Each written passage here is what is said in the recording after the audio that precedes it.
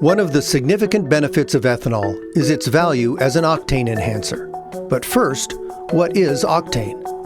Octane is a measure of the ignition quality of gasoline. The higher the octane number, the less susceptible the fuel is to knocking. Knocking occurs when the fuel prematurely burns in the engine's combustion chamber due to compression, instead of being ignited by the spark as the engine is designed. The higher the octane number, the more compression the fuel can withstand before igniting, and ultimately, the more efficiently the engine performs. Gasoline can have varying levels of octane. In the United States, unleaded gasoline is typically available with 3 levels of octane: 87 or regular gasoline, 89 to 90 or mid-grade fuel, and 91 to 94 or premium. Depending on the octane of the base gasoline in the fuel, refiners use additives to boost octane levels and enhance engine performance.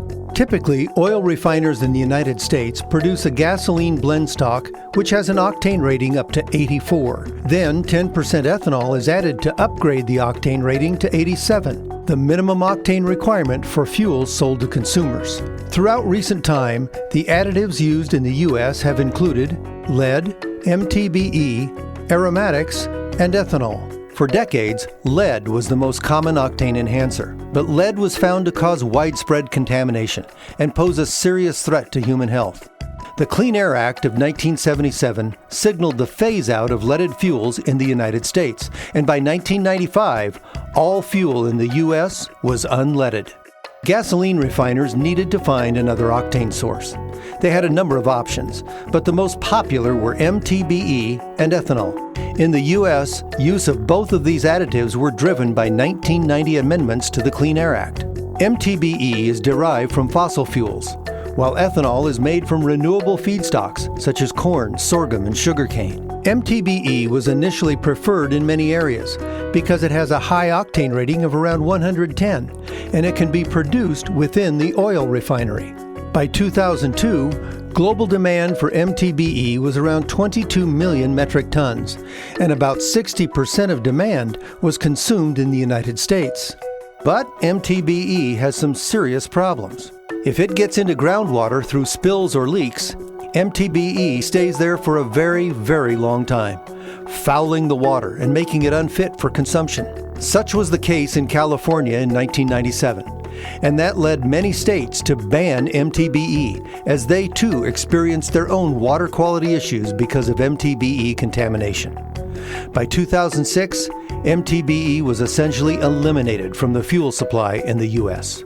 While MTBE is no longer used in the U.S., Canada, or Japan, it is still used in other countries around the world. Some oil refiners use chemical compounds called aromatics to boost octane in fuel. Aromatics include toxic substances such as benzene, toluene, and xylene, a combination known as BTX. Lead, MTBE, and aromatics all present some form of threat to human health, but fuel suppliers still need to boost octane. That's why ethanol has emerged as the octane enhancer of choice in the United States and in many other nations around the world. The benefits are many. Ethanol has a high octane rating of 113, higher than that of MTBE, and higher than that of aromatics such as xylene and toluene. Ethanol usually costs less than gasoline and less than other additives such as MTBE and aromatics. Not only does ethanol have a higher octane rating than other additives, it delivers that higher octane at a discounted price. Throughout the last decade, ethanol available out of the U.S. Gulf has consistently sold at a significant discount to MTBE and aromatics, making ethanol the most competitive form of octane available today. Even countries that do not have large agricultural sectors can benefit from the economic advantages that ethanol offers. Blending high-octane ethanol allows refiners to reduce the octane of base gasoline, saving on refining costs. This benefit, combined with the lower cost of ethanol itself, amplifies the economic advantages and profitability of using ethanol in a nation's fuel supply. This improves profitability for oil refiners and blenders. These are savings that can be passed along to consumers at the fuel pump. However, in order to realize these economic benefits, a consistent and reliable supply of ethanol is critical through either domestic production, imports, or a combination of both. You rely on the international marketplace to backstop domestic production, you will hit that 10% blend that you want year in, year out. Your oil companies will love it because they'll know 10% is going to be there. They'll blend it an 84 octane and use cheap ethanol to blend up to the 87 that was needed at the pump. When policies are in place to establish at least a 10% ethanol mandate, the need for MTBE and aromatic additives is reduced, which in turn reduces the levels of harmful substances in the fuel and in the air we breathe.